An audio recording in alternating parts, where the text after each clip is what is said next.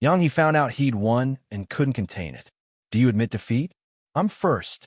With all these witnesses, Dong-in, you can't go back on your word or be a sore loser. 10 days. 10 days of not eating properly, not sleeping properly, hunting down or merchants across Yan Prefecture, sitting through meals and drinking sessions with men who wouldn't have given him the time of day 6 months ago. The eldest son of the Yang family, reduced to pleading with traitors in back rooms. And it had worked. Zhao Su watched Dong-in's face go pale and said nothing for a moment. Then, quietly, go home and ask your father. You'll understand. Something clicked behind Dong-in's eyes. A merchant who had come to him unprompted. A large quantity of, or offered at favorable terms. He had assumed it was luck. It wasn't. Father, he stomped his foot.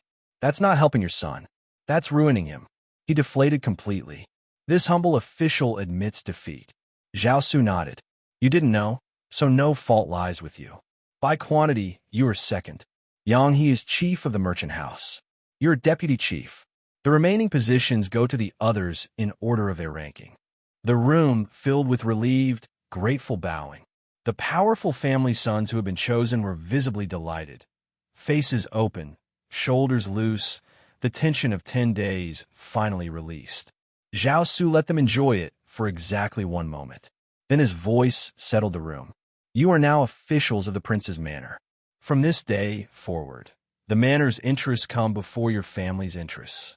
You can no longer prioritize private family gain. You must abandon the interests of your small families and work for the greater good. Only then can Yan Prefecture prosper. He paused. Anyone who uses their position for personal gain will not be lightly pardoned. The room tightened. They had watched every move of theirs tracked for 10 days without knowing it. The manor had eyes everywhere in Yin City. No one in that room doubted the warning was real. If they dared use the merchant house to line their own pockets, they would truly be finished. After the others filed out, Zhao Su kept only Dong-un and Yang He. He looked at them both for a moment. The merchant house has operated roughly until now. Yan Prefecture is fully under the manor's control, and the house needs to be built properly. It is extremely important to the manor's finances. I am entrusting it to you both. He leaned forward slightly. How do you plan to maximize its profits? Yang He set the victorious grin aside entirely. When it came to this, he was serious. Your Highness, stop selling directly to outside merchants. Anyone who wants to sell our wine must pay a fee to the merchant house and become an authorized distributor. They sign a contract specifying their territory and their pricing. No exceptions. He paused. At the same time, the merchant house should control sales directly in the capital and the major Jiangnan cities. Keep the most profitable markets in our own hands. Let the smaller markets go to the distributors. Zhao Su looked at him with a slightly different expression than before. The frivolousness was still there underneath. But the thinking was exactly right. He had been moving toward this model for months. The problem had always been manpower. He had lacked the people to run it properly. Now, with Yan Prefecture organized and the merchant house staffed, he could control the whole chain. Source, production, and final sale. Set his own pricing at every level. Especially in the capital, exclusive sales like modern specialty stores. Everything sold through the merchant house's designated channel and nowhere else. Dong-un leaned forward. He had lost, but he still had something to contribute.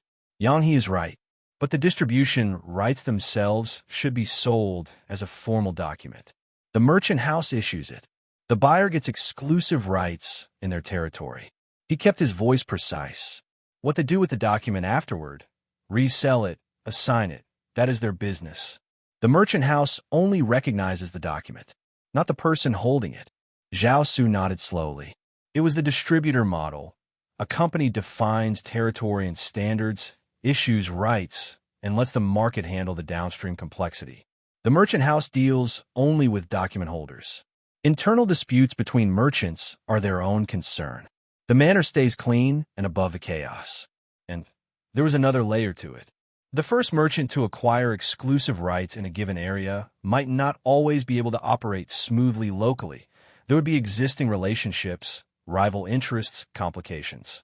At that point, reselling the document to someone better positioned was inevitable. The manor didn't need to manage any of that.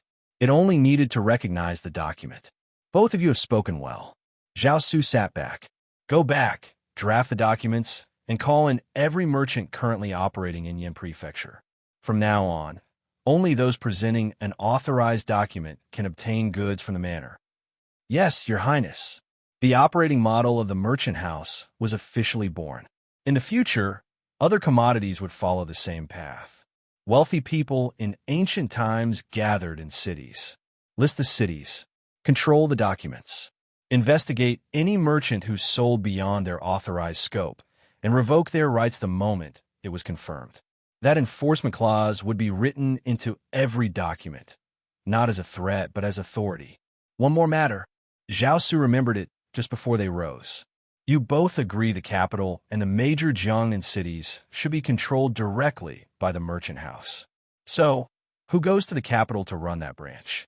The merchant house needed a headquarters in the capital. Goods flowing from Jiangnan in the future would require someone there to coordinate. Without a permanent presence in the capital, the manor's reach would always have a gap in its most important market. Before Yang He could speak, Dong and cut in. This humble official will go. Yang He looked at him. The capital is not like Yan Prefecture. There will be real difficulties. You might even lose your life. Dong gave a wry smile. I just don't want to work under you. That's too humiliating. I need to accomplish something on my own terms, prove I'm better than you. Yang He rolled his eyes. Zhao Su said nothing. He understood what was actually driving it. Dong was competitive by nature, deeply, constitutionally competitive. This defeat had cut him in a particular way because it hadn't even been a fair loss. His own father had interfered without telling him. If he had known, he would have found a way to compensate, bought more, worked harder, done whatever it took. And now the anger at his father had combined with the humiliation of second place and turned into something useful. A determination to go somewhere no one could help him or interfere with him and build something entirely his own. That kind of motivation, properly directed, was exactly what the capital operation needed. Zhao Su made his decision. Dong would go. At the Dong family estate, Dong Yuan sat across from his son, looking genuinely contrite. Honor, this was my fault.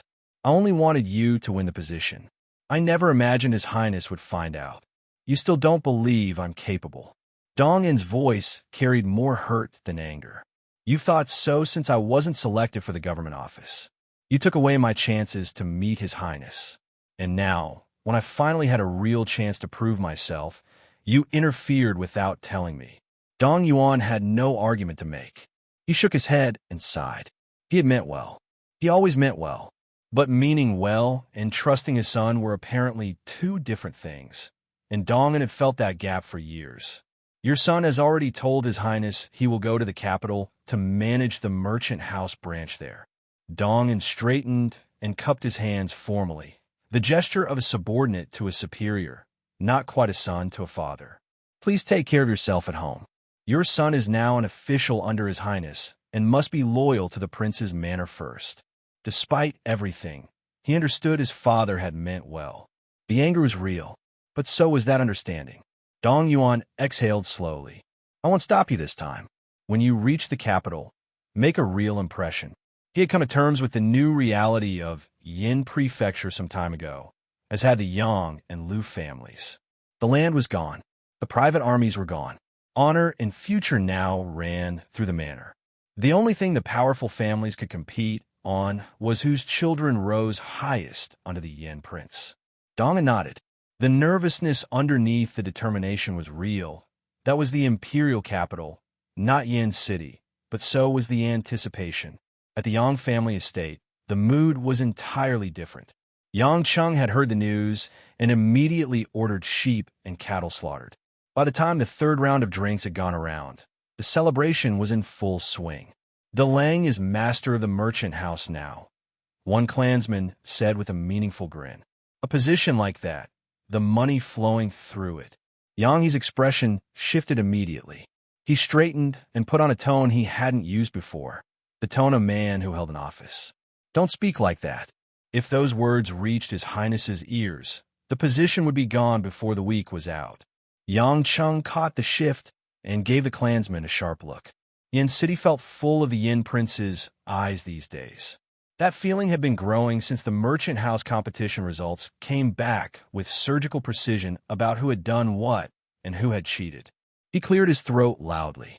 The Yang family is loyal to His Highness. We would never do anything to harm the merchant house. The clansman sat down quietly. Another tried his luck a moment later. DeLang, this monopoly document system you're setting up, could you not sell us a few of those documents? A small profit on the side. Yang He's face went hard immediately.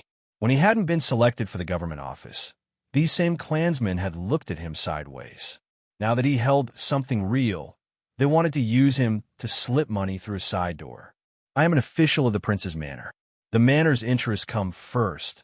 That is not negotiable. Bring this up again, and I'll treat you like any other merchant trying to cheat the system. He looked around the table steadily. If you want to buy distribution rights, bid for them honestly alongside everyone else. Yang Chung backed his son completely. The old era of powerful families competing through land and private armies was over. What remained was competing through which family's children performed best under the Yin Prince. Risking Yang He's position for a side profit was the definition of losing the larger game for a smaller one. The table went quiet and the celebration continued on more careful ground. The next morning, firecrackers echoed along Golden Scale Pond. A golden lacquered plaque bearing the 4 characters Yin County Merchant House was raised above the entrance. Zhao Su, Lu Fu, and most of the Yan Prefecture officials were present. Yang He, Dong En, and the full complement of merchant house staff stood at the entrance in their best clothes, faces open with genuine satisfaction. From today, the Yin County Merchant House was officially an institution of the prince's manor. Yang He Dong, and congratulations. Lu Fu cupped his hands to the two with a smile that reached approximately his cheekbones. If not for His Highness, how could a merchant establishment become a manor institution and make officials of you? He had privately considered objecting to the whole arrangement. But the Yin Prince's unconventional ideas had a habit of proving correct, and he had learned to step back and let things unfold. He still couldn't make himself genuinely like these two frivolous, powerful family sons, in his view, but he had managed to construct a sentence of congratulation. Dong En and Yang, he received it with smiles of equivalent warmth. Lu Fu had a well-earned reputation among the powerful families of Yan Prefecture that was not flattering. His contempt for them was visible to anyone paying attention. But they couldn't act on it here, in public, with officials watching. And they weren't afraid of him. The merchant house answered directly to the Yin Prince, the same as the Ordnance Department. Not to the government office. Not to Lu Fu. Thank you, Royal Tutor, Dongan said pleasantly. Without His Highness, there would be none of us. We hope the Royal Tutor will guide us going forward. Of course, Lu Fu said, with the same pleasant insincerity. Zhao Su watched all 3 of their faces and kept his amusement to himself. Managing the relationships between his subordinates was beyond his power. Ensuring their loyalty to him was not. The merchants who had been turned away from the prince's manor that morning had gathered nearby, redirected here, curious, watching the plaque go up, watching the Yin Prince appear in person. They wanted to understand what this new institution meant for them and for their business. Yang He Dong, and this prince has come to give you strong backing in front of the merchants. Zhao Su nodded toward the waiting crowd. The rest is yours to manage. Yang He understood immediately. This humble official will brief the merchants shortly. Zhao Su sat in the merchant house for a few minutes, then rose to leave. As he turned, a faint sound caught him. Zither music drifting across the water from the direction of Tianxiang Brothel. The window facing the lake was open. A white-robed figure moved faintly inside, half visible through the curtain. The melody was intricate and unhurried, the kind of music that moved slowly, as though it had nowhere it needed to be. That zither is beautiful, Lu Fu said quietly beside him, like a woman missing someone far away. Zhao Su glanced at him. Royal Tutor understands zither music? Lu Fu nodded, and then something crossed his face. His eyes went wide. A layer of sweat appeared on his forehead. Your Highness, this humble official merely couldn't resist the invitations of other officials and visited the pleasure quarters a few times, purely for appearances. Zhao Su looked at Lu Fu's expression and understood immediately. The pleasure quarters were a standard institution in every prefecture and county in Great Song. Women from the families of disgraced officials, plus musicians selected to join, all maintained by the local government office specifically to entertain visiting officials. Drink, song, music, not a brothel, but close enough in purpose to produce the same nervous sweat on a man caught discussing it with his superior. Entertainment is fine, Zhao Su said. Just don't neglect your duties. Yes, Your Highness. Lu Fu quietly wiped his forehead. Zhao Su turned his attention back across the water. The zither sound had faded. The window of Tianxiang brothel was still open, the white-robed figure no longer visible. Since their last meeting, Su, Yi, and Lu Sanyang had made no further contact. No signals, no messages, just silence. That silence was not comfort. That silence was a question he hadn't answered yet. He needed the flame guard active and watching soon. Otherwise, though he was lord of Yan Prefecture, he would be walking in the dark. At the Yuan family manor in Fanyang, Yuan Li read the letter in his hand and felt his expression settle into something cold. That old scoundrel MOD actually went to Yan Prefecture. He tore the letter and dropped the pieces.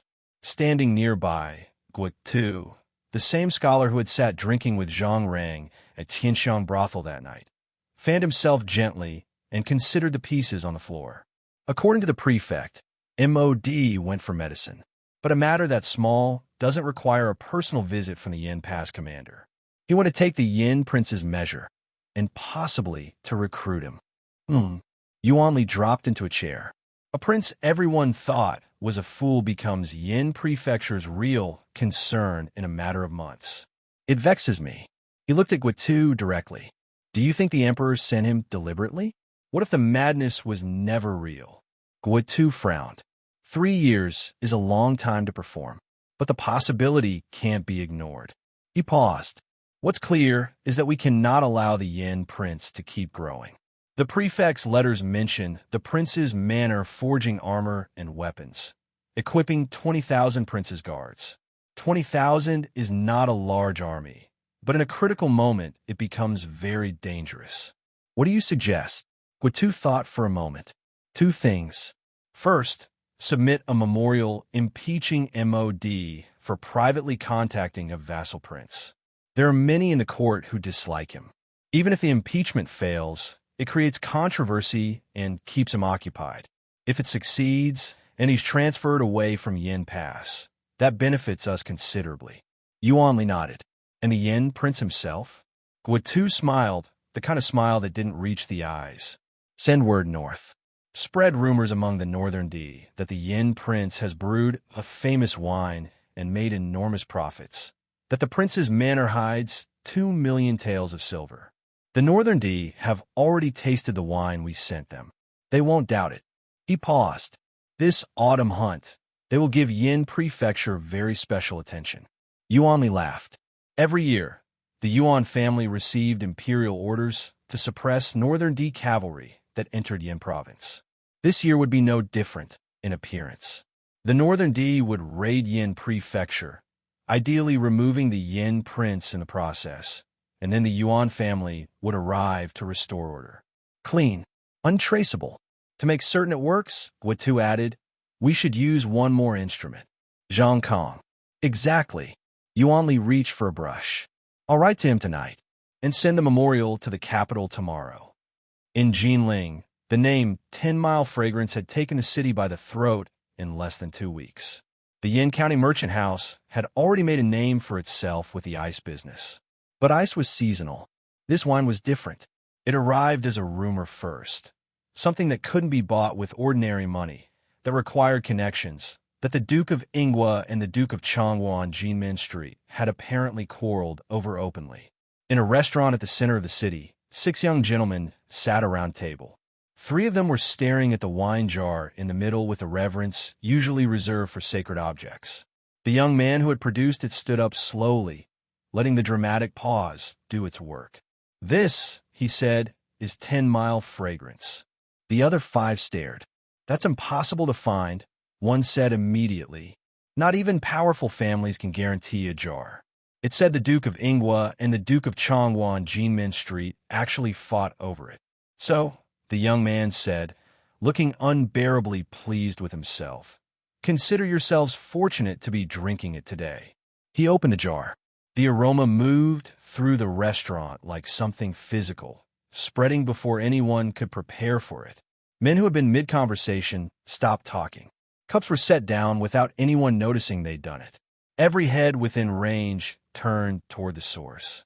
He poured, barely a mouthful into each cup, and put the jar away. 5 expressions of pure outrage. "That's not even enough to taste. Do you expect to drink your fill of such precious wine?" He was completely unmoved. "Consider yourselves fortunate. Drink it." They drank. The protest stopped immediately, replaced by continuous exclamations of praise.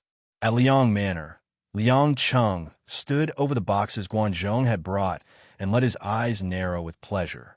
10-mile fragrance. The hottest commodity in Jinling for the past week. The kind of wine that turned a banquet into a social statement and its absence into an embarrassment. Any family hosting a gathering without 10-mile fragrance on the table was already behind. "Our family appreciates how straightforward the Yan Prince is," Liang Chung said warmly, lowering his head to breathe in the aroma from one of the open jars. His expression became briefly intoxicated. "Tell me, what does he need this time?" Guanzhong laid it out carefully. The boxes of wine were a gift for Liang Chung himself, a token of respect, an ongoing investment in the relationship. But there was a separate delivery intended for the emperor. And beyond that, Zhao Su's real goal was what it had always been: access. Without Liang Chung, the path to the emperor was nearly impossible. All matters, large and small, passed through Liang Chung before reaching Zhaohong. That was simply how the palace worked. Now that the prince's manor had established some contact with Liang Chung through the ice and wine business, Guanzhong was here to deepen it, and to ask Liang Chung to facilitate an audience. Liang Chung was a shrewd man. He understood Guanzhong's meaning without needing it spelled out. He nodded. "Go back and wait. I'm on duty tomorrow. I'll speak for you then." "Many thanks, Chief Steward." Guanzhong bowed and left Liang Manor. The next morning, after the court session ended, Liang Chung fell in a step beside Zhao Hong with his most engaging expression. "Your Majesty, there's a rather interesting piece of news circulating in Jinling these days." "What is it?" "People are saying there's a wine that surpasses the imperial cellar." Zhao Hong lost interest immediately. "Nonsense. This old servant wouldn't dare repeat it if he hadn't tasted it himself." Liang Chung kept his voice mild. "It is truly extraordinary." That landed differently. Liang Chung did not lie to him. That was precisely what made him useful. "Is that so?" "It is. The wine was brewed by the Yan Prince. Half of Jinling's nobility is scrambling for it. Officials and nobles have argued openly over it." Liang Chung paused. "His Highness has also sent 1,000 jars as a gift to your Majesty, to show his filial respect. His household steward is waiting outside. Does your Majesty wish to receive him?" Zhao Hong was quiet for a moment. The ice, now the wine, both connected to the same name that kept appearing. "The 9th Prince." "Let him in," the emperor said.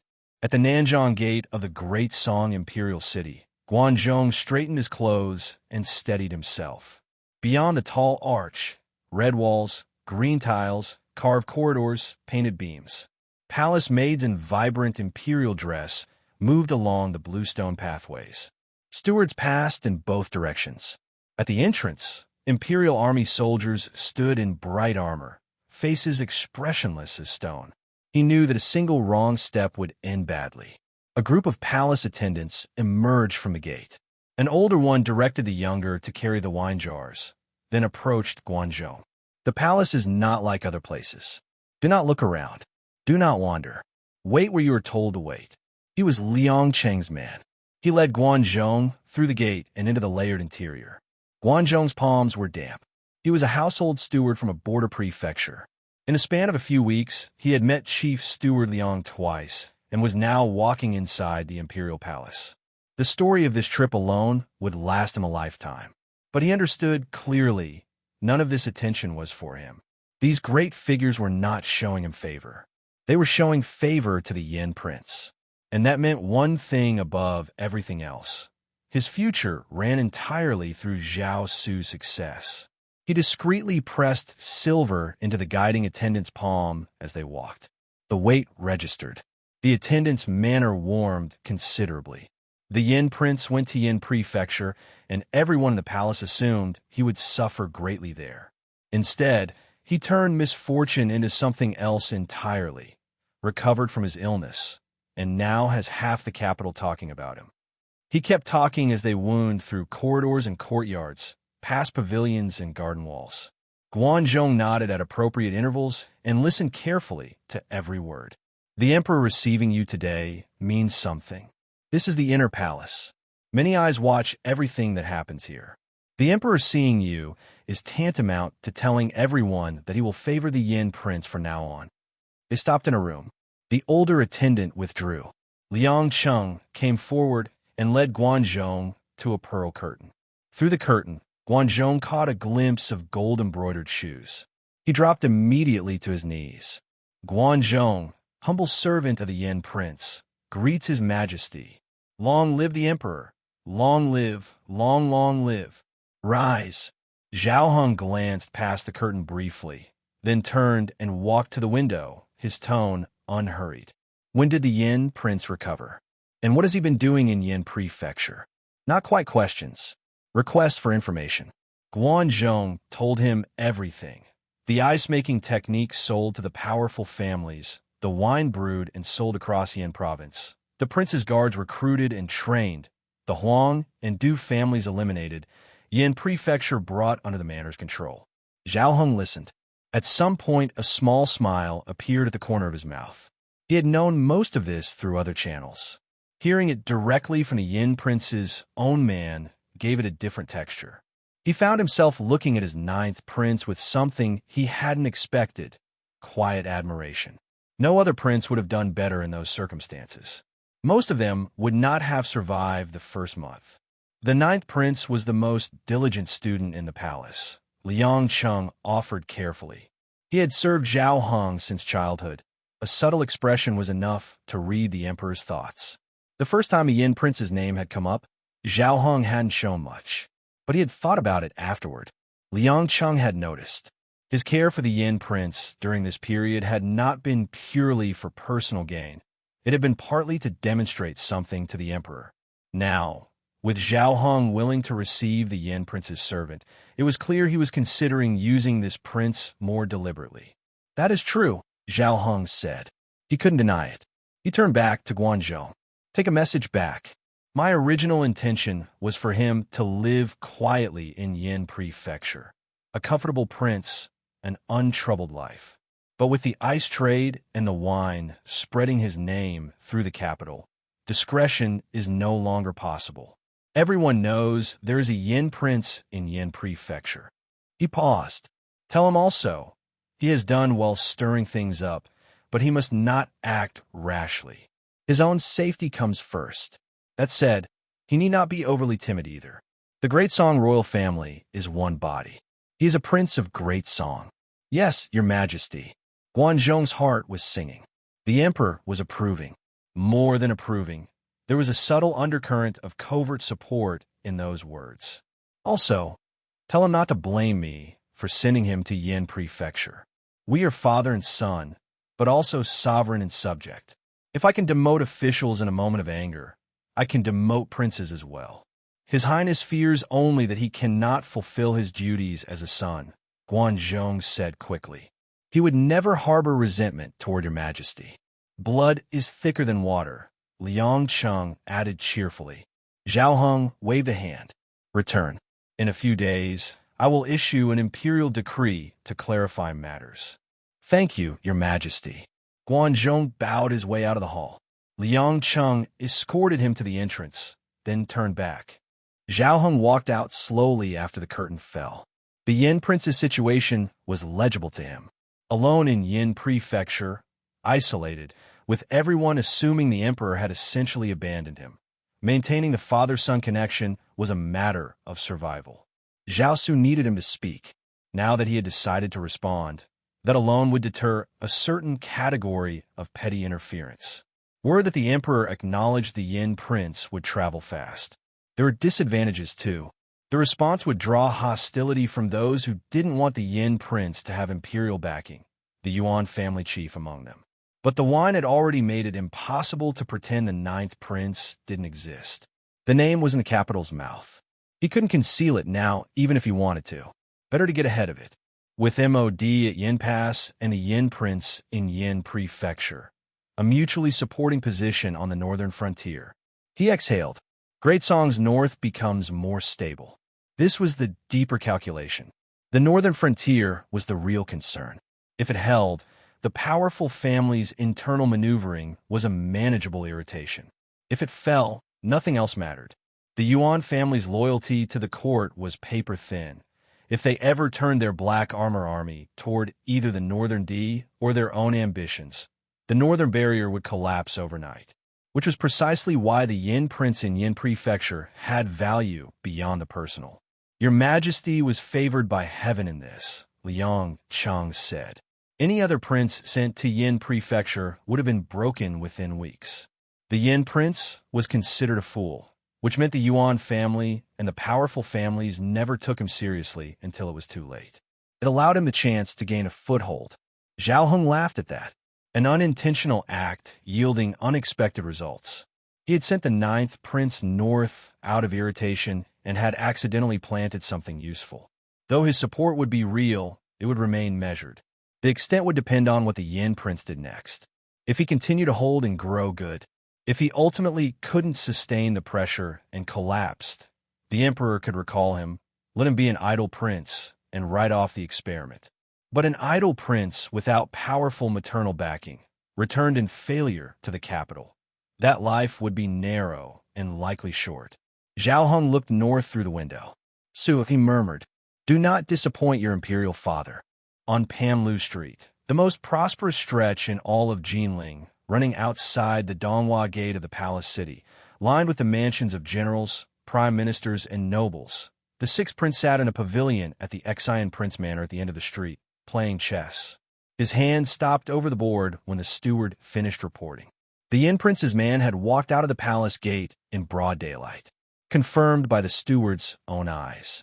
Zhao Feng set the piece down and looked across at the second prince. Second brother, what does this mean? The second prince placed his own piece without looking up. It means your ninth brother is no longer something your uncle can simply step on. The sixth prince's jaw tightened. We were too lenient when we beat him back then. 3 years of madness, and then he just wakes up? If I had known. He was faking. The second prince's voice was flat. Certain. 3 years is a long time to perform, but the timing is too convenient. He arrives in Yan Prefecture, recovers within months, starts building an army. He finally looked up. Whether he was truly mad or not doesn't matter now. What matters is he's real, and he's in Yan Province. Yan Province. The sixth prince said it like something that had been taken from him. That was supposed to be ours. You chose not to take it. My mother said Yan Province was my uncle's territory. Going there would mean competing with him for profit. She said Yan Prefecture had no spoils. Your mother was wrong. The second prince cut it clean. And now you're sitting here, watching your ninth brother sell wine to half the capital, receive imperial edicts, and take war horses from your uncle's trade routes. Silence. The second prince shook his head, looking at the sixth prince with a hint of disappointment. 2 years ago, the crown prince had been impeached and stripped of his title for arrogant conduct. Since then, the position had sat empty. Zhao Heng, annoyed at the court's role in the whole affair, had rejected every memorial calling for a new appointment, his way of registering displeasure and making everyone uncomfortable. The delay had only sharpened the competition among the remaining princes. 3 factions had formed over time. The crown prince and the eighth prince, full brothers, backed by the empress, still pushing for the crown prince's restoration. The third prince, fifth prince, and seventh prince. Anchored by the third prince's uncle, Prime Minister Do, who had helped Zhao Heng ascend the throne and still held enormous influence in court.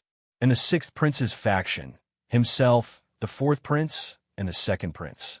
Their foundation was the Han family of Qi province and the Yuan family's growing military strength in Yan province. Yan province is your foundation and cannot be neglected, the second prince said, moving a piece that cut off the sixth prince's path. Write to Governor Yuan. Find a way to remove Zhao Su. I'll deal with MOD through my own channels.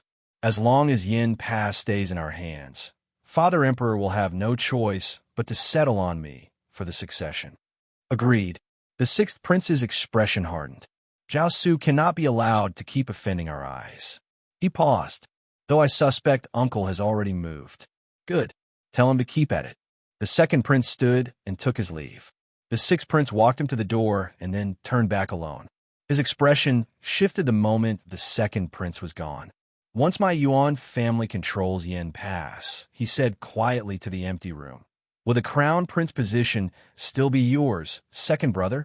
His reliance on the second prince was purely transactional. The same was true in reverse. Every alliance in this game was temporary. He looked north. Zhao Su, you truly are a fool. If you had kept pretending to be mad, you might have lived out your days quietly.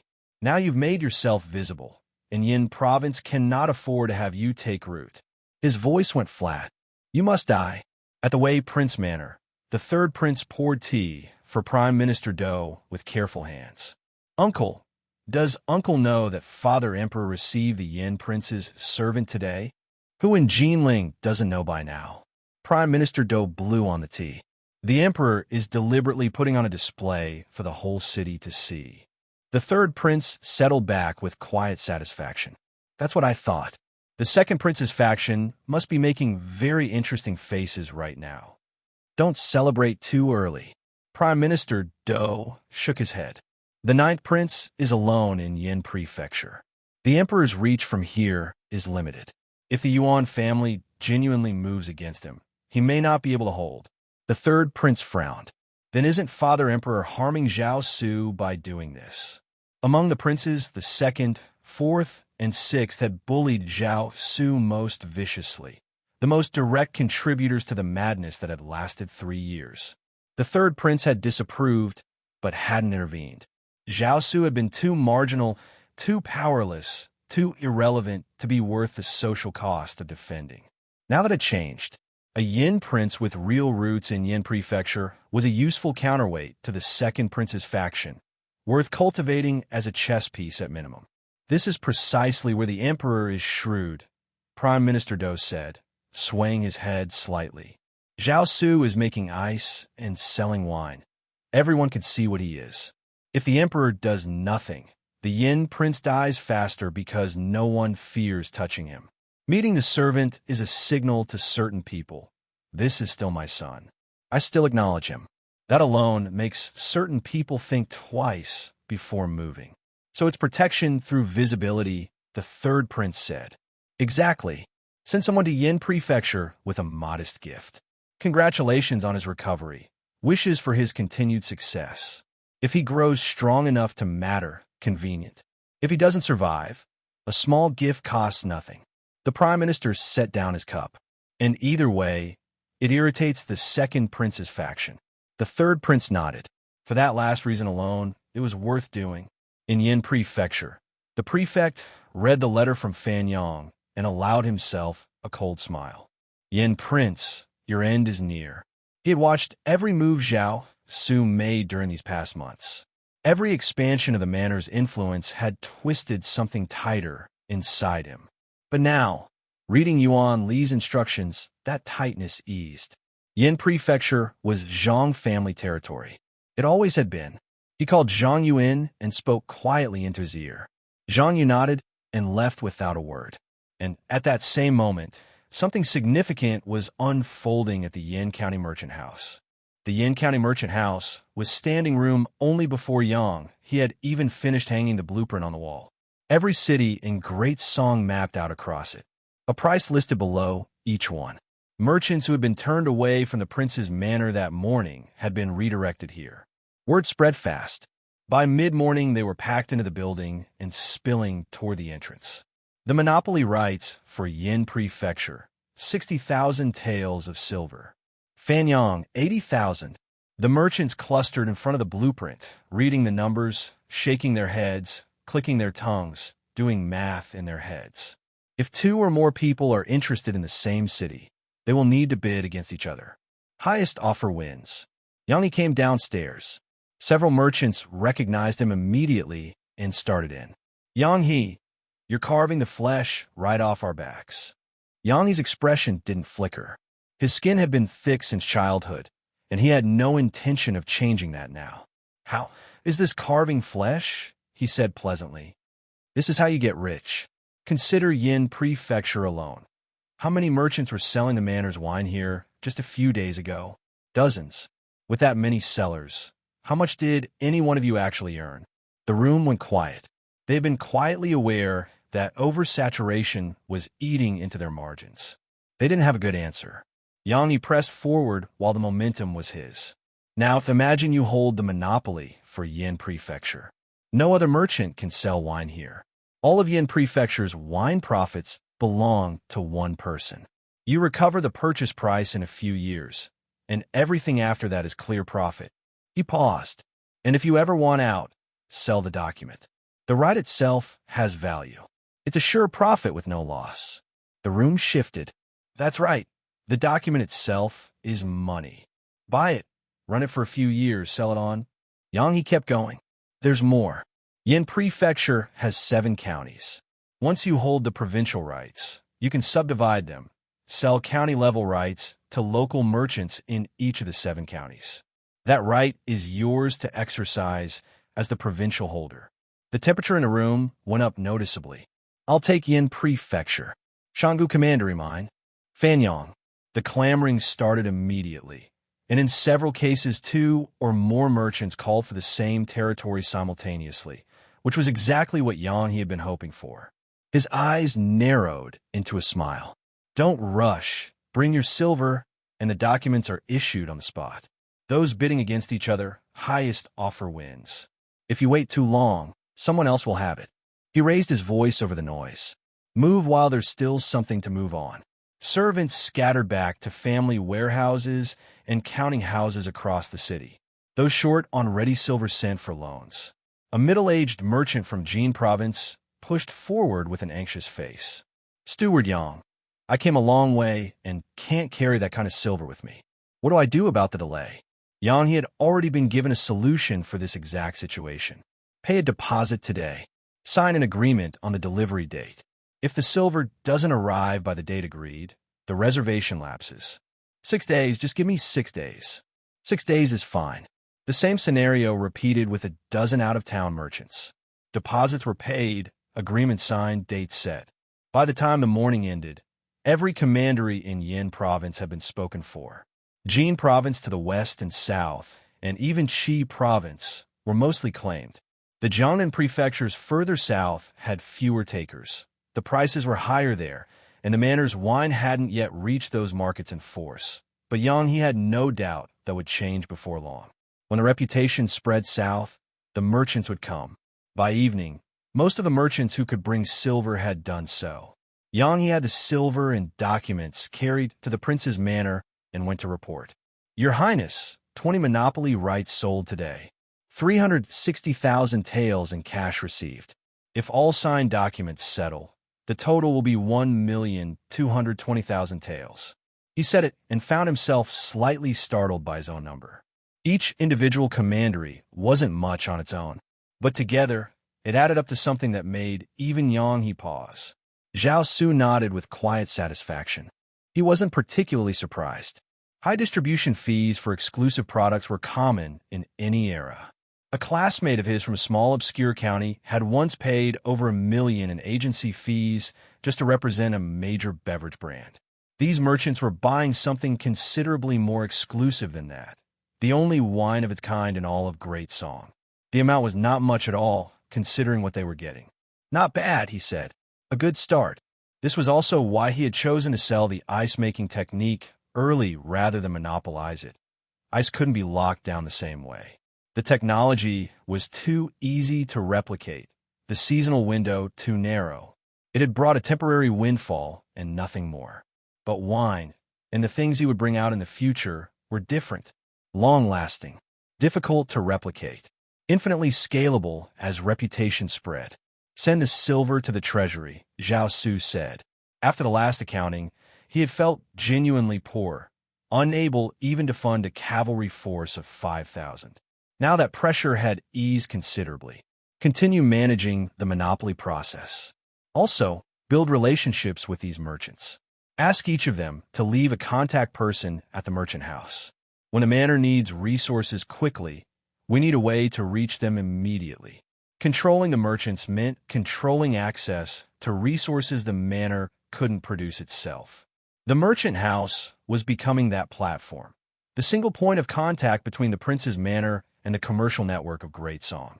Yes, Your Highness. Yang was about to go when he remembered one more thing. Your Highness, the prince's manor needs 10,000 good warhorses. Should this also be handled through the merchant house contacts? 10,000. Yang clicked his tongue. Your Highness, this is no small number. It might take some time. I know. Keep it in mind and get it done. The cavalry problem couldn't be solved in a month. Even after the horses arrived, training the riders would take time. But every day without cavalry was a day the Northern D could raid and retreat without consequence. He intended to change that, to build a force that would one day sweep the grasslands and make the Northern D think twice before riding south. He dismissed Yang He and returned to his bedchamber. The next morning, before he had fully woken up, good news arrived. Wang Ying met Zhao Su at the manor entrance before the sun was fully up. The dark circles under his eyes told the whole story. He had worked through the night and come straight here the moment it was finished. Your Highness, the hydraulic forging hammer is complete. Please come and inspect it and see if there are any areas that need improvement. No rush, Zhao Su said. Breakfast first. Wang Ying opened his mouth to object. Zhao Su didn't give him the chance, just pulled him along. After they ate, the two rode to the ordnance department. Inside a workshop along the river, Zhao Su heard it before he saw it. Thump, thump, thump. A wooden pole as thick as a water bucket extended in from outside, mounted horizontally through the workshop wall. Along its length, steel plates stood at staggered intervals, each plate corresponding to a separate hammer handle. Thinner poles, each ending in a hammerhead the size of a human skull, were arranged on the left side of the central pole, for on the right. 8 total. As the central pole rotated, each steel plate in sequence caught a hammer handle and lifted it, then released it. The hammerhead fell. The next plate caught the next handle. 8 of them cycling in rhythm, each strike landing with several times the force a blacksmith's arm could generate. Rising and falling, without stopping. Zhao Su walked out of the workshop and came to the riverbank. The giant water wheel of the Luzhong River turned slowly in the current, its paddles pushing steadily against the flow. That rotation drove the pole. The pole drove the hammers. Water power, working through the night, through any weather, whether anyone was awake to tend it or not. Well done, Zhao Su said, exactly as this prince requested. He had always believed this about the people of ancient times, not foolish, simply lacking guiding mentors. Now that he had proposed the plan, Wang Ying and the craftsman had brought it to fruition quickly and precisely. Wang Ying smiled despite his exhaustion. Every skill the Yan Prince had taught him during this period had been realized. He had not failed a single expectation. With this, we can manufacture plate armor, Zhao Su said, feeling the anticipation rise in his chest. Unlike scale armor, which layered smaller plates onto a lining and could be assembled by hand, plate armor was riveted together from large individual steel plates that required serious hammering to shape correctly. The hydraulic hammer made that fast and consistent in a way no team of blacksmiths could match, and it didn't tire. Mass production of plate armor was now possible. Your Highness, rest assured, Wang Ying said. In the past few days, while the hammer was being completed, I had the artisans produce one full suit of plate armor by hand. They have already mastered the method. Now, with the hammer behind them, they are truly in their element. Good. Zhao Su's expression settled into something more serious. The Ordnance Department cannot afford to slow down. Northern D scouts have been appearing in Yan Prefecture in increasing numbers. After the commander drove off the first group, more came. That density of reconnaissance means they are planning something significant. He paused. Every prince's guard needs to be armored before that moment arrives. Wang Ying nodded, then hesitated. Your Highness, the only constraint now is manpower. As more blast furnaces have come online and the steel teams have expanded, the available workers have become insufficient. He gestured at the busy department around them. Craftsmen moving in every direction, the sound of hammers and furnaces constant. Zhao Su was quiet for a moment, thinking.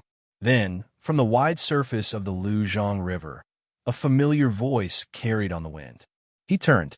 A fleet of boats was moving slowly up the river.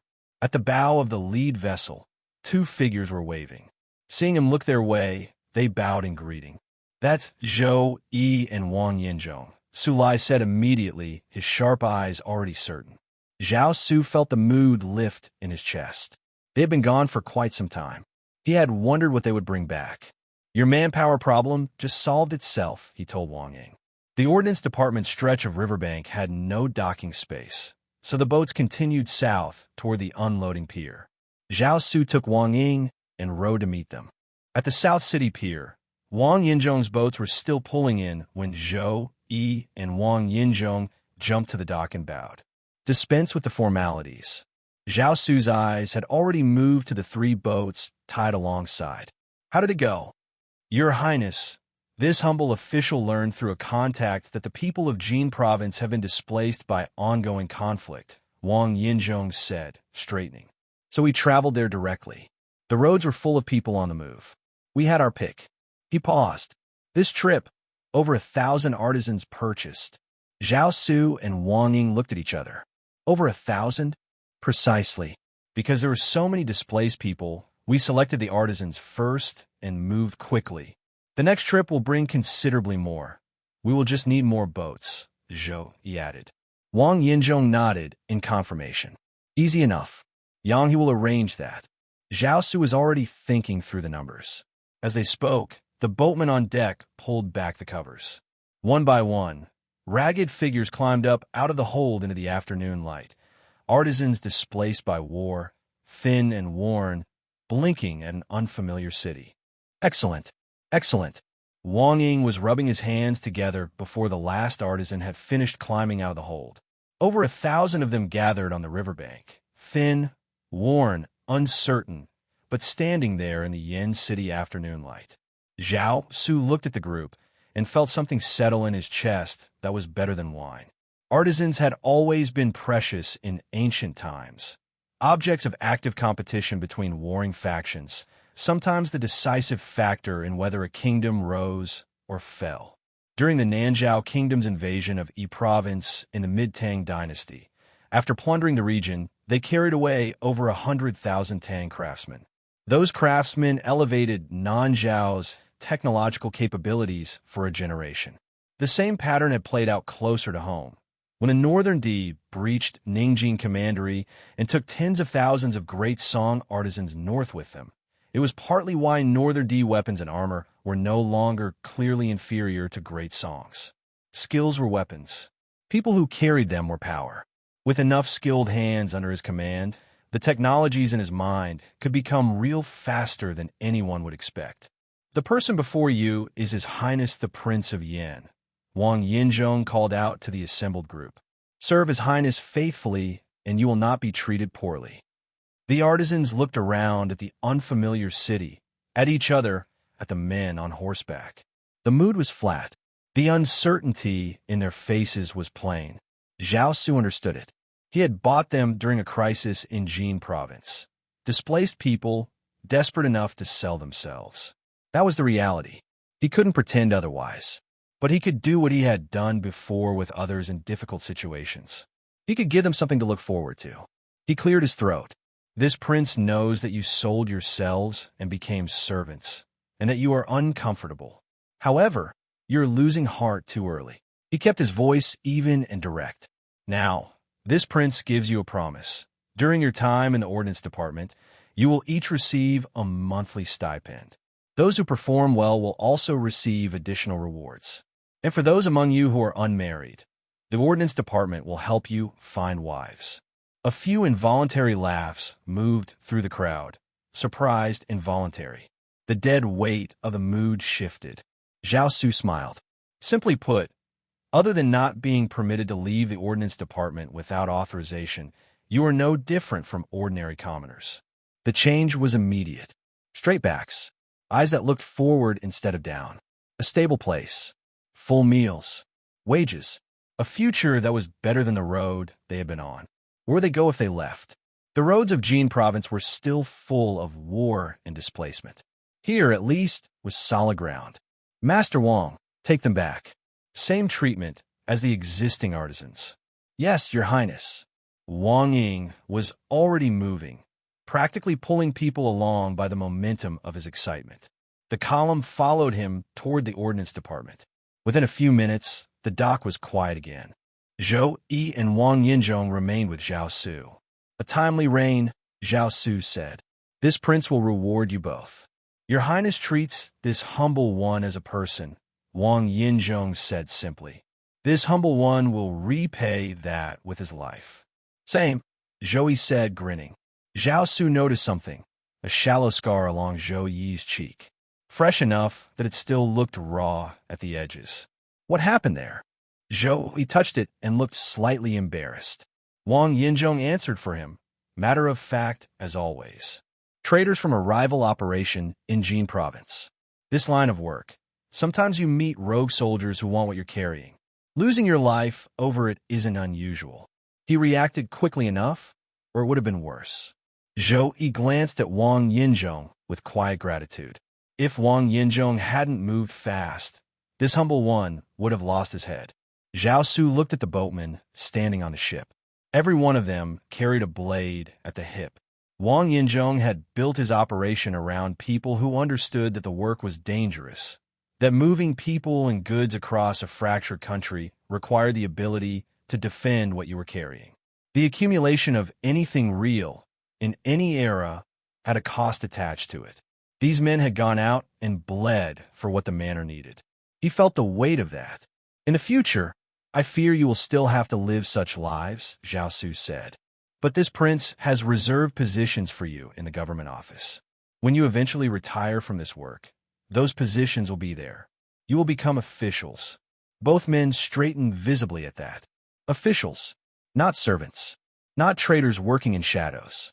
Officials. We will not fail your highness's trust, Zhou Yi said. Good. Zhao Su paused. This prince will also release a large sum to you now.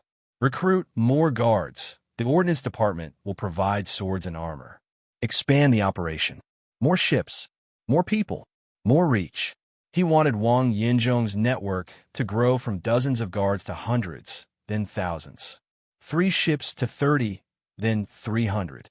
On the surface, the operation was a private business with a trade relationship to the prince's manor. That distance was useful. When certain things needed handling that the manor couldn't be seen doing directly, the operation could handle them, and the manor could maintain clean hands. He let them rest after that. They had been exposed to the road and the weather for weeks and were visibly exhausted. As Zhao Su mounted his horse to return to the manor, a figure stepped into the path ahead. Su Lai's eyes narrowed immediately. It was Xiao Huan, Su Yi's maid from Tianxiang Brothel, the one who had sharp words for Su Lai the last time they'd met. She offered him a slight smile that suggested she remembered, then turned to Zhao Su and bowed. Your Highness, my young mistress invites you to Tianxiang Brothel. She has information to share and hopes you will come. Zhao Su thought about it briefly. Tianxiang Brothel had been quiet since their last meeting. No contact, no signals. A sudden summons meant something had changed or something had been learned. Let's go. Xiao Huan bowed again, swung onto a horse with an ease that made Su Lai's eyes narrow further, and led the group toward the pond. Su Lai moved alongside Zhao Su and lowered his voice. Your Highness, the women of that brothel are trained. Song and dance, and likely more than that. Zhao Su said nothing, but the thought was already there. Whoever ran Tianxiang brothel had been operating in great song for what looked like decades, building networks, placing people, moving information. He had been awake for barely 2 months. The comparison was humbling, but only for a moment. Once the Flame Guard was properly established and running, he would turn their full attention to Tianxiang brothel. He needed to know exactly who stood behind Su Yi and what they wanted from him. The same lakeside room at Tianxiang brothel. Su Yi wore a long white gauze dress, every movement carrying an effortless grace that made the air around her feel different from ordinary rooms. She didn't behave like someone with urgent news to deliver. She behaved like someone receiving a private guest. Zhao Su sat and observed her without apology. He had never been in the habit of pretending not to notice a beautiful woman. Appreciating her was natural, as long as he kept his head and didn't let appreciation become infatuation. During the past weeks, he had heard the rumors. A new courtesan had arrived at Tianxiang brothel. Extraordinary beauty, exceptional zither skill. Wealthy merchants and powerful family sons from across Yan Prefecture had come to sit in her room, spend silver, and try their luck. Some had traveled from other commanderies just to see her. None had gotten anywhere. The courtesan was Su Yi, and her identity as one was entirely a performance. Does your Highness wish for me to play a tune on the zither? It is said countless romantic scholars have spent fortunes just to sit here, Zhao Su said pleasantly, and none have succeeded. This prince is honored by the invitation. Please, if you would. He gestured toward the zither. Su Yi's smile faltered for exactly 1 moment, caught off guard by the redirect, then became more brilliant than before. How could any of those men compare to your Highness? This humble one only wishes to play for you. Her fingers touched the strings. The sound that came out was like water finding its way over stones, clear, unhurried, each note settling into the next with natural ease. It was the same melody he had heard drifting across the pond that day outside the merchant house. Zhao Su drank his tea and listened. So this is the pleasure that princes and generals spoke of. Then Su Yi parted her lips and began to sing. Her voice was low and precise. The lyrics something about 10,000 years of emerald snow and an ice wheel waxing and waning for whom. The words were refined, the melody intricate. Paired with her face and the way she held herself at the instrument, it was genuinely striking.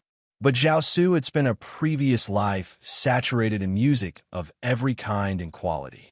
He kept his composure without difficulty. When the song ended, Su Yi looked at him, eyes flickering with something between curiosity and challenge. Your Highness, how was it? The performer is beautiful, and the voice is also beautiful, Zhao Su said. He set down his cup, but the tune and lyrics are rather ordinary. Su Yi blinked. These were composed by Do Yu Rao, the capital's foremost poet and lyricist. They are sung across all of Jiangnan. Zhao Su shrugged slightly. Tell this prince why you summoned me here, and this prince will let you hear what truly good lyrics sound like. Su Yi was quiet for a moment, genuinely caught off balance by that. Then, with a small different kind of smile, she said, Your Highness is truly impatient. She rose and moved to the window, looking out at the surface of Golden Scale Pond below. It is said your Highness wishes to buy war horses. That is correct. Yang he had already been working the merchant house contacts on that question. So he would only have needed to ask around to find out. Your Highness need not worry about that. There's an opportunity right now to acquire 3,000 excellent war horses without spending a single tael. Zhao Su stood and walked toward her. Su Yi closed the window and signaled to Xiao Huan, who moved immediately to guard the door from outside. Does your Highness remember Qing Feng's stronghold? Of course. Something tightened in Zhao Su's chest. He had been planning to move on Qing Feng's stronghold once the prince's guards were fully armed. The stronghold had tried to kill him once. That debt hadn't been forgotten. Qing Feng's stronghold appears to be a band of mountain outlaws. Su Yi moved to the bed and retrieved a folded map from beneath the mattress. In reality, They're the prefect's instrument. That explains several things Zhao Su had wondered about, including how the prefect had been able to deploy the stronghold against the prince's manor so readily and so quietly. He spread the map on the table. Besides killing and robbing on the prefect's behalf, Qingfeng's stronghold is involved in something far more serious: smuggling weapons and armor into Northern D territory in exchange for warhorses. Sulai leaned toward Zhao Su and lowered his voice. Great Song strictly prohibits this. It is a capital offense. Zhao Su nodded. Official trade between Great Song and the Northern D had ended long ago. Private merchants still moved goods across the border regardless. The imperial court could suppress only so much and had chosen to look away from ordinary commerce. War horses from the grasslands were something Great Song genuinely needed, but grain and military equipment were categorically forbidden. Strengthening Northern D's war capacity was not something the court could pretend not to see. Anyone caught was executed without exception. This prince has long intended to deal with Qingfeng's stronghold, Zhao Su said. This gives even more reason. Su shook her head. It is not as simple as eliminating a stronghold. Where would bandits like these obtain so many weapons and armor to smuggle in the first place? Zhao Su already had the answer forming before she finished speaking. Qingfeng's stronghold was the prefect's tool. The prefect was the Yuan family's son-in-law. The weapons had to be flowing through the Zhang family connection, which meant the Yuan family's name was somewhere in this chain. Qingfeng's stronghold belongs to the prefect, and the prefect belongs to the Yuan family, Su Yi said, confirming it. This matter runs deeper than it appears. My purpose in coming to Yan Prefecture was precisely this issue. I finally have a thread to pull, but no solid evidence yet. She pointed to a location on the map. In 3 days, Qingfeng's stronghold will meet Northern D merchants at this location to exchange weapons for horses. People from every side of this arrangement will be present. If your highness catches them in the act, you eliminate the prefect's value to the Yuan family and potentially gain leverage over the Yuan family itself. Zhao Su looked at the map. The prefect had been a thorn for months. Private soldiers still answering to the Zhang family. Over 100,000 common people still tied to Zhang family manors. As long as the prefect remained standing, Yan Prefecture had a problem in it that wouldn't resolve on its own. Exposing weapons smuggling, especially with Yuan family involvement visible, was something even Yuan Li's influence couldn't paper over. Where exactly? Zhao Su murmured. Qingfeng Pass. Sulai looked at it. Narrow mountain path. Dense vegetation on both sides. Good ground for an ambush. Is the information reliable? Zhao Su kept his voice level. The same terrain that made it good for his ambush made it good for one directed at him. He had to be certain about this. He knew the geography well enough by now. Yan Prefecture's terrain was plains in the south, mountains in the north. The Yan Mountains ran east-west, with a great wall snaking along them. Yan Pass being the largest and most defended gap, with 2 smaller passes in Ping Commandery and Shanggu Commandery to the west. Those were garrisoned, but a wall stretching hundreds of li could not be fully staffed. The ungarrisoned stretches had only scattered lookout forts. The Northern D found new gaps every year and came through them during the autumn hunt. Qingfeng Pass was one of those quieter routes, rugged enough that no permanent garrison had been placed there, but well-traveled enough by people moving goods in both directions to have become a regular crossing point. A good place for an ambush, or a perfect place for a trap. A faint scent of sandalwood hung in the room. Our informant inside Qingfeng's stronghold discovered this personally, Su Yi said. There is no mistake. Zhao Su kept his expression measured. This information is valuable. You're sharing it freely.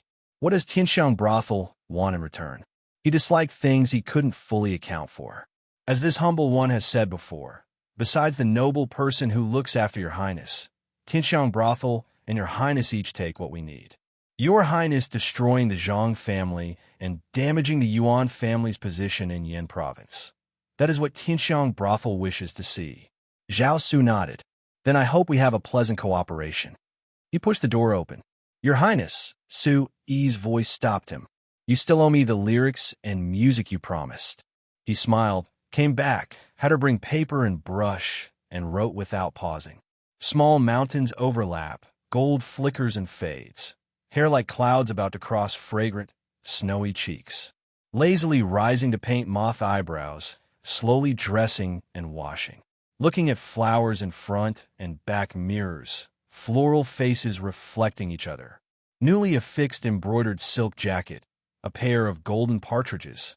He set the brush down. After the Zhang family is dealt with, this prince will personally come to express his gratitude. He turned and walked out without another word. Behind him, Su Yi stood looking at the paper. What beautiful lyrics! Xiao Huan breathed, her hand over her mouth. Su Yi stood very still for a long moment.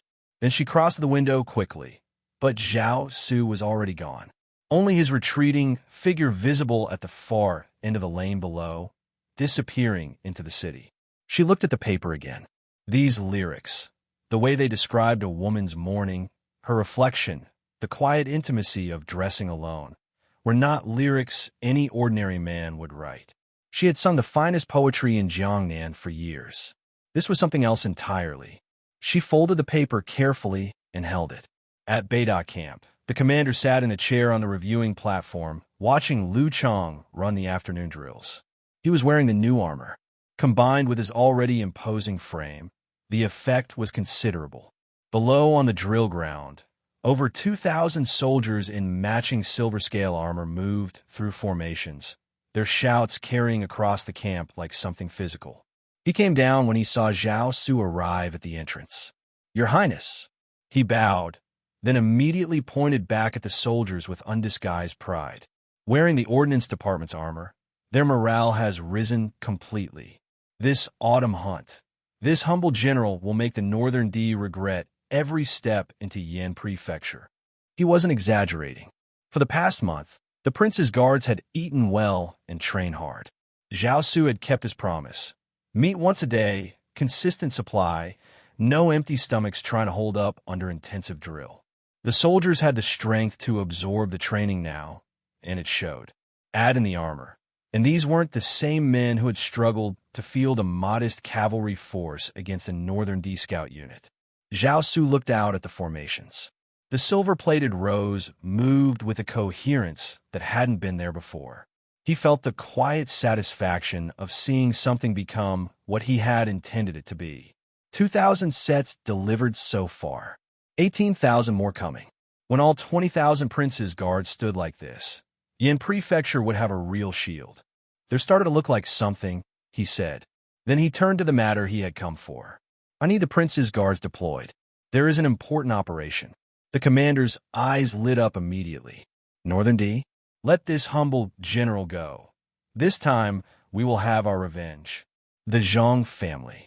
He laid it out, the intelligence from Su Yi, the weapons smuggling, the horse exchange at Qingfeng Pass in 3 days. The commander's expression shifted through surprise to something more calculating.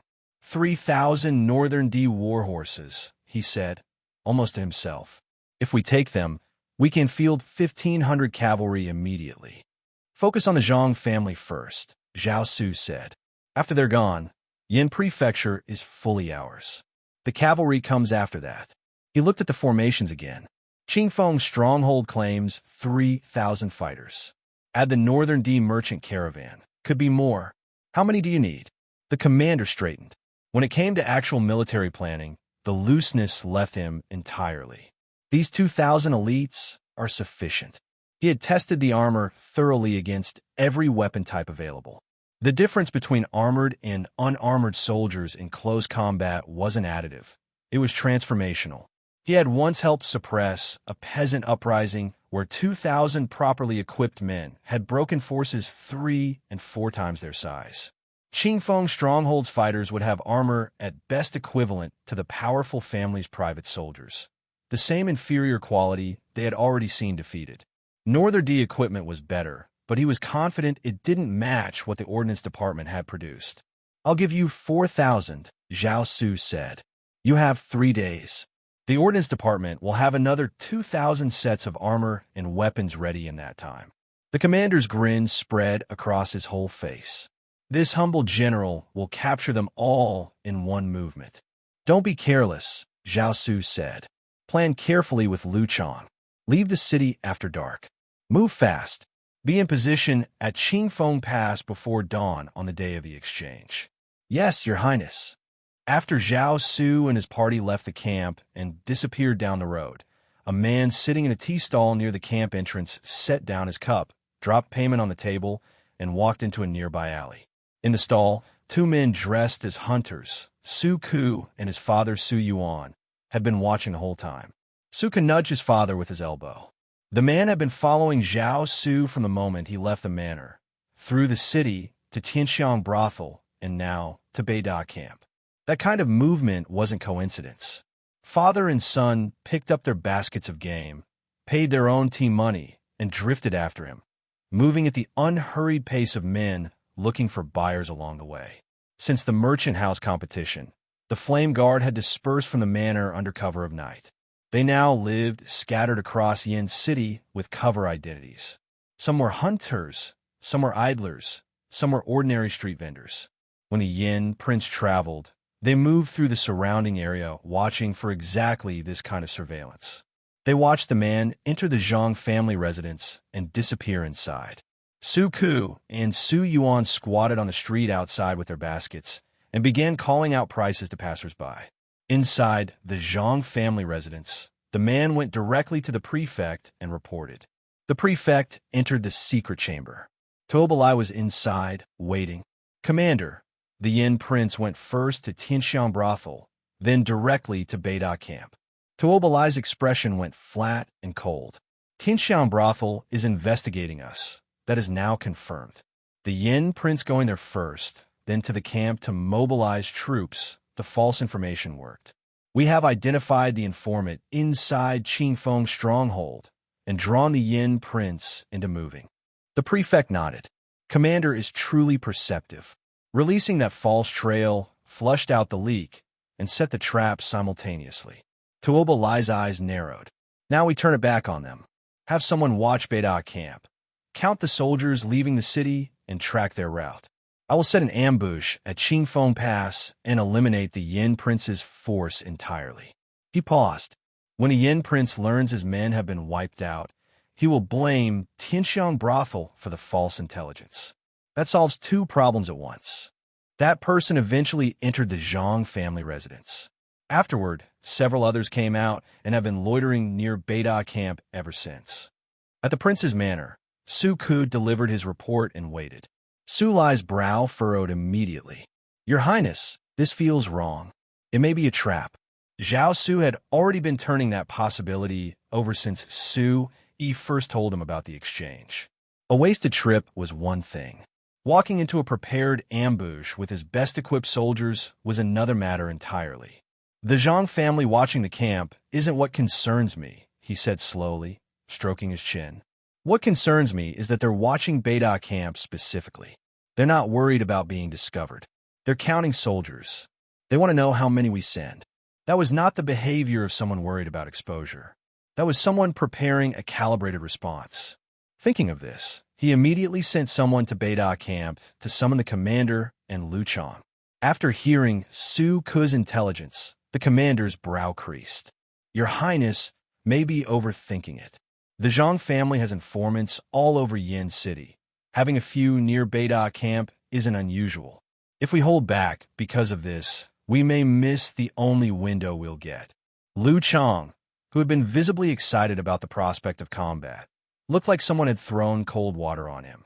He had been thinking about warhorses and revenge since Zhao Su mentioned the operation.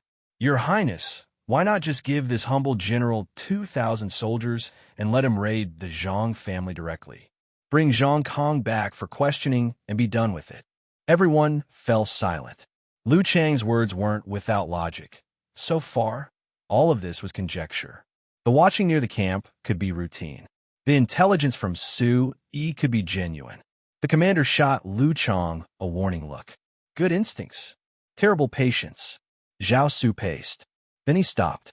If my reading is correct, he said, The Zhang family is watching Beida camp because they want to count how many soldiers leave and calibrate whatever they have prepared, which means he smiled slowly. We can give them a number that makes them feel confident, and then do something different. The commander blinked. Then understanding spread across his face slowly, the way light moves across a room. The last assassination, he said. The provisions, transport. Exactly. Zhao Su turned to him. Beida camp is running low on provisions, isn't it? Yes. The commander paused. Then his eyes widened. Yes. Tonight, send a team to the storeroom to collect provisions. This prince will have 3,000 commoners ready. The soldiers stay behind. The commoners go back to camp in their place. The commander was already smiling. This was about feigning weakness and strength, making the Zhang family see exactly what they expected to see and nothing else. And then in 2 days, Zhao Su continued. Lu Chong leads 1,000 soldiers visibly toward Qingfeng Pass at night. The Zhang family counts them, feels comfortable, and commits their forces. Meanwhile, this prince sends 3,000 soldiers out of the city through a separate route. The commander ran the numbers. 4,000 against whatever Qingfeng stronghold could field, with the enemy believing they faced only 1,000. The armor advantage on top of that. He wouldn't fear 3 Qingfeng strongholds. Yes, your highness. He was already thinking through logistics. Lu Chong had caught up with the plan and looked considerably less frustrated than before. After discussing the remaining specifics, Zhao Su sent them both back to prepare. He called Lu Fu and had him quietly reach out to trusted contacts across Yan cities, surrounding villages, and princely estates, gathering 3,000 commoners to be moved and dispersed through the city before nightfall, so as not to attract attention. As darkness came, the commoners arrived in clusters at the prince's manor storeroom. When the provisions transport team came from Beida camp, the exchange was clean and fast. Soldiers in, commoners out, same numbers, same movement pattern, same timing. The commoners walked back to Beida camp under cover of night. The soldiers stayed hidden in the city.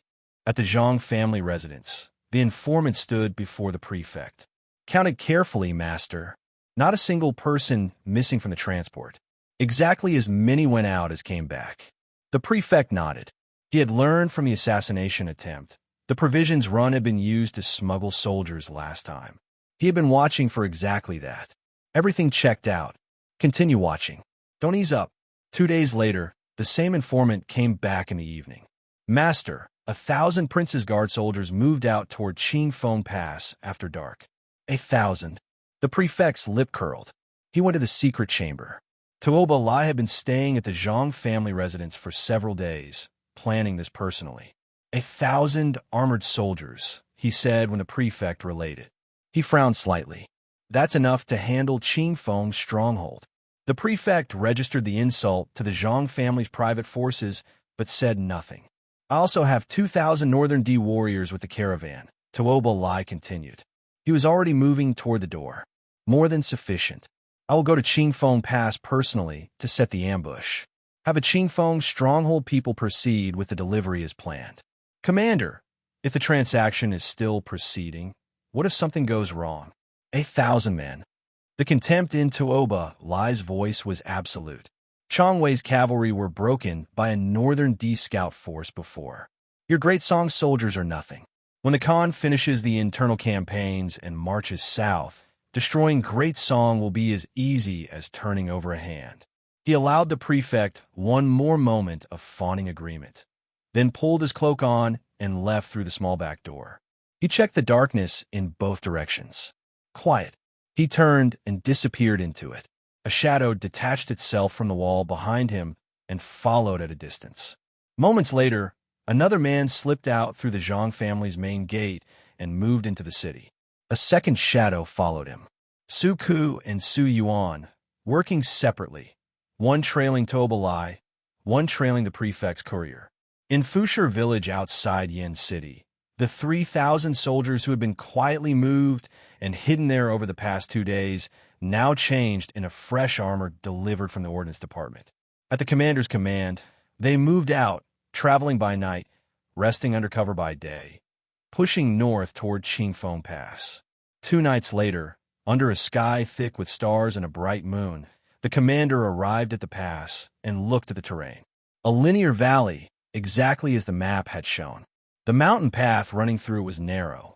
Dense forest covered the slopes on both sides, rising steeply, the tree-line a wall of black in the moonlight. Even with the moon, the woods were pitch dark. Liu Chang's 1,000 were already in position, 500 concealed on the east mountain, 500 on the west mountain, waiting in the darkness for the signal.